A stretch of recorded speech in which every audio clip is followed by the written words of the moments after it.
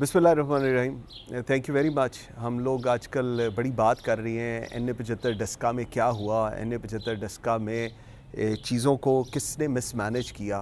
बहुत सारे सवालात हैं और मेरे ख़्याल में अगर उन सवालात के जवाब 4 तारीख को इलेक्शन कमीशन ऑफ पाकिस्तान, जिन्होंने IG पंजाब और चीफ सेक्रेटरी पंजाब को बुलाया हुआ है, अगर वो इन सवालात पे फोकस कर दें तो मेरे ख़्याल में ये जो 22 करोड़ अवाम है इसको भी कोई राय रास्त मिल जाएगी। सवाल क्या है? सवाल ये है, बाकी तमाम ज़िमनी इलेक्शंस में कोई किसी किस्म की मिसमैनेजमेंट नहीं हुई। अगर हुकूमत का साथ दे रही होती पुलिस या सिविल एडमिनिस्ट्रेशन तो वहाँ पर भी होनी चाहिए थी। सो इसका मतलब ये है कि वहाँ पर नहीं हुई और स्पेसिफिकली डस्का में कुछ ऐसा हुआ जो नहीं होना चाहिए था। वो जो 20 लोगों प्रिजाइडिंग ऑफिसर्स और इनकी बात होती है, वो 20 लोग कहाँ गए, उनको कौन लेकर गया? अगर वो लोग धुंध में गायब हो गए तो उनके फ़ोन भी बंद हो गए, तो उसके बाद क्या उसको इन्वेस्टिगेट किया गया? किसी ने इन्वेस्टिगेट नहीं किया। क्या उनके ऊपर पर्चा कराया गया? नहीं कराया गया। क्या FIR दर्ज कराई गई? नहीं कराई गई। क्यों नहीं कराई गई? अब जब ये सवाल आता है कि क्यों नहीं कराई गई, तो इसका मतलब ये है कि कुछ लोगों के एक ऐसे एलिमेंट हैं जिनके वेस्टर्न इंटरेस्ट हैं इस चीज़ को मिसमैनेज करने में। अब मिसमैनेज करने का किसको फ़ायदा होगा? हुकूमत को फ़ायदा होगा या अपोजिशन को फ़ायदा होगा? इन दो के अलावा तीसरा किसी को फ़ायदा नहीं होगा, क्योंकि वो जो 2 बच्चे वहाँ पर शहीद हो गए उनको तो अब बात भी कोई नहीं करता, क्योंकि इलेक्शन होने चाहिए, इलेक्शन जीतने ज़्यादा इंपॉर्टेंट है। अब आ जाते हैं हम लोग, बंदे गायब हो गए, फिर क्या हुआ? आप लोगों ने वहाँ की जो तमाम तर एडमिनिस्ट्रेशन थी वो वहाँ पर जो डिप्टी कमिश्नर हैं और जो DPO हैं इनको की हुई थी। बिल्कुल ठीक है। एक मैं जुमला बताऊंगा कि DPO साहब बात नहीं मानते और DC साहब स्टार बने हुए हैं।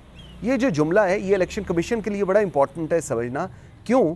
बिकॉज ये जुमला जो सूबाई वज़रा, सूबाई हुकूमत है वो कहती है कि जी DPO साहब तो बात नहीं सुनते, मीन्स पुलिस तो न्यूट्रल है, लेकिन जो DCO साहब हैं वो स्टार बने हुए हैं। और यही मसला है कि आपने more loyal than the king लोगों को वहाँ पर लगा दिया। और आज का अलमिया ही ये है कि आप उन लोगों को प्लेस कर रहे हैं जो आपके पास आके ये कहते हैं कि हम नून लीग या अपोजिशन का ख़ात्मा कर देंगे। जब आप ऐसे लोगों को प्लेस करेंगे तो उसके बाद ऐसे ही मिसमैनेज होगा। उसके बाद इलेक्शन कमीशन ने कमिश्नर और RPO इन लोगों को हटा दिया। इनको कहा गया है जी पंजाब से वो गुजरांवाला से इनको हटा दिया जाए, DC और जो DPO है इनको हटा दिया जाए, दोबारा इलेक्शन ड्यूटी पे कभी ना लगाया जाए, और चीफ सेक्रेटरी और IG को बुला लिया गया। एक बड़ी इंटरेस्टिंग चीज़ है जो ये लोग कहते हैं इलेक्शन कमीशन की तरफ से आया कि जी हम चीफ सेक्रेटरी को फ़ोन किया, चीफ सेक्रेटरी को हमने रात को 3 बजे हमसे वो राब्ते में आया।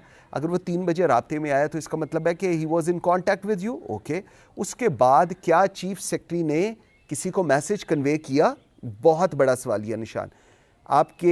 आपने जिनको आप कह रहे हैं कि हमने इनको फ़ोन किए या उनको फ़ोन किए, सबके कॉल लॉग्स चेक करने चाहिए। सबकी NTC नंबर जो हैं, जिनको हम सरकारी नंबर कहते हैं, जो 92 से शुरू होते हैं, उनको चेक करना चाहिए। जितने इनके ऑफिशियल मोबाइल्स हैं उन पे चेक करना चाहिए और जियो फेंसिंग के थ्रू इनको चेक कर लेना चाहिए कि क्या इन लोगों को इलेक्शन कमीशन ने फ़ोन किया है या नहीं किया। इलेक्शन कमीशन के ऊपर अब बहुत सारे सवालात आ गए।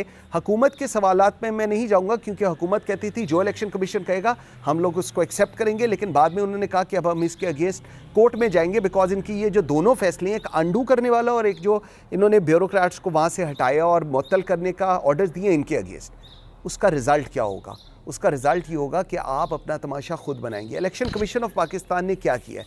इलेक्शन कमीशन ऑफ पाकिस्तान के ऊपर एक बहुत बड़ा सवालिया निशान ये है कि सईद मेहदी साहब जो principal secretary to Nawaz Sharif थे, उनका दामाद जो है वो चीफ इलेक्शन कमिश्नर लगे हुए हैं। सो एक PMLN को तो ये किसी किस्म का ग्रीवेंस होना ही नहीं चाहिए था कि जी हमारे साथ ये होगा। इसी तरह इमरान खान साहब जो कि गुड मैनेजमेंट की बात करते हैं और कहते हैं जी नून लीग वाले बड़े सारे चोर डाकू लुटेरे थे, उन्हीं सईद मेहदी साहब का जो बेटा है, सगा बेटा, चीफ इलेक्शन कमिश्नर इस्लामाबाद लगा हुआ है पिछले 2.5 साल से।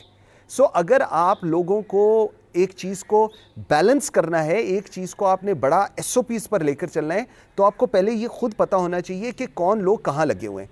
अब आ जाते हैं हम पुलिस पे। मैं अक्सर ये बात कहता हूँ कि पुलिस को अपनी रखेल मत बनाएं। बड़ा सख्त लफ्ज़ है, लेकिन सियासतदानों ने सिर्फ़ और सिर्फ पुलिस को अपनी रखेल बना के रखा। वो जो वहाँ पर डीएसपी जिनकी एसडीपीओ जिनकी बात हो रही है, बिल्कुल उनको हटा देना चाहिए था, उनको नहीं लगाना चाहिए था, उनको लगाया गया, उनको आपने डिसमिस किया, बिल्कुल ठीक है। लेकिन क्या उन एसडीपीओज ने ये किया था या उनसे कराया गया था, और उनके साथ किसने लॉयल्टीज़ भरी थी? एक चीज़ याद रखें, ये इस कौम के लिए समझना बड़ा ज़रूरी है, अनलेस और अनटिल आप इनको अनड्यू फेवर नहीं देंगे, पुलिस को अनड्यू फेवर नहीं देंगे, ब्यूरोक्रेसी को अनड्यू फेवर नहीं देंगे, उनसे ये वादे वही नहीं करेंगे कि हम तुम्हारा ख्याल रखेंगे, ये न्यूट्रल ही रहेंगे। लेकिन जब आप उनके साथ ये वादा वही करेंगे तो उसके बाद वो डेविएट करेंगे। अब हम इल्ज़ाम लगाते हैं कि जी नवाज़ पीएमएलएन ने ये सब कुछ किया। पीएमएलएन ने भी अपना रोल अदा किया होगा, मैं नहीं कहता इन्होंने नहीं किया, उनकी हुकूमत रही है 30 साल, जिसका खुमियाजा आज ब्यूरोक्रेसी और पुलिस भुगत रही है। आपको राइट फ्रॉम डे वन आपने पुलिस को फ्रस्ट्रेट किया है। पुलिस को फ्रस्ट्रेट कर रिज़ल्ट क्या आता है? वो रिज़ल्ट एक है जो अभी आपके सामने आया। अब आप 4 तारीख को बुला रहे हैं, आपके पास एक्सेप्ट देन कि हमने एक चीफ सेक्रेटरी को फ़ोन किया है 3 बजे, इसके अलावा आपके पास कोई वैलिड चीज़ नहीं है प्रूफ करने के लिए। आप इन लोगों को हटा देंगे, इनको वार्निंग्स इशू कर देंगे, आरपीओ कमिश्नर को हटा देंगे, क्या ये इस सारे इशू का रिज़ल्ट है? नहीं, इस इशू का रिज़ल्ट ये नहीं है। इशू का रिज़ल्ट ये है कि आप अपने उन 20 लोगों पर एफआईआर दर्ज कराएं, उन पर एक जुडिशल कमीशन बनवाएं, या कोई ऐसे प्राइम मिनिस्टर, अगर गवर्नमेंट जो है बहुत सारे उनके पास अच्छे लोग हैं जो ऐसे कमीशंस को हेड करें और इन लोगों को इन्वेस्टिगेट करके पब्लिक करें। अगर काजी फायज़ ईसा साहब सुप्रीम कोर्ट ऑफ पाकिस्तान में कह सकते हैं कि मेरी हियरिंग लाइव हो, तो क्या इन 20 लोगों से सवाल जवाब लाइव नहीं हो सकते? अगर आप इनसे लाइव करेंगे तो आपको एग्जैक्टली पता चल जाएगा कि कौन क्या कर रहा है।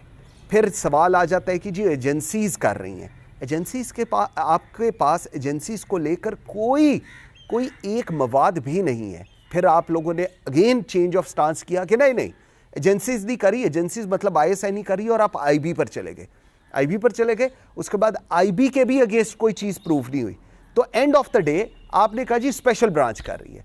इसका मतलब ये है कि आपको जो लोग इंफॉर्मेशन दे रहे हैं, जो आपको बता रहे हैं, वो आपको और आपकी लीडरशिप को और इस पूरी 22 करोड़ आवाम को ट्रक की बत्ती के पीछे लगा रहे हैं।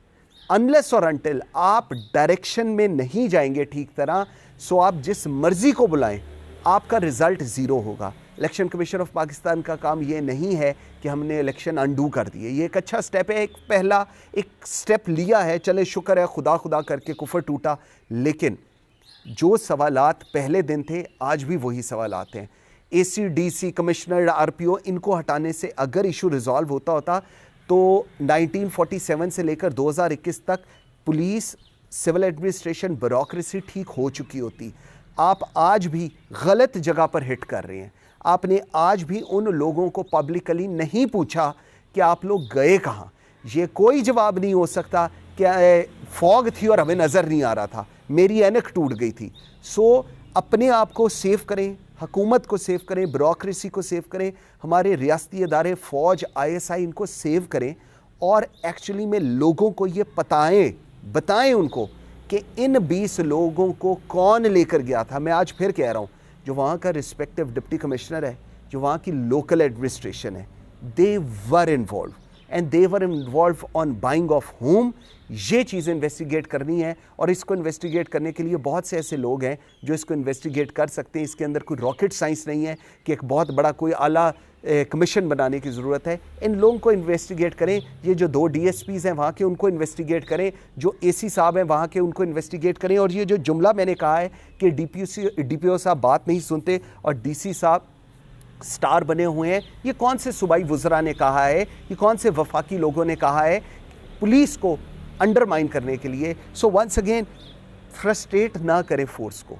फ्रस्ट्रेट करेंगे तो उसका रिज़ल्ट बुरा आएगा। हाँ, इल्ज़ाम लगाना बहुत आसान है। इल्ज़ाम को अगर आप प्रूव नहीं कर सके, और ये आपकी हिस्ट्री है, आप हर एक पे इल्ज़ाम लगाते हैं। आपने जितने हमारे पंजाब के, खैबर पख्तूनख्वा के, सिंध के, बलूचिस्तान के और केपी के आईजीज़ बदले, आपने सब पे इल्ज़ाम लगाए, लेकिन एक चीज़ भी प्रूव नहीं हुई।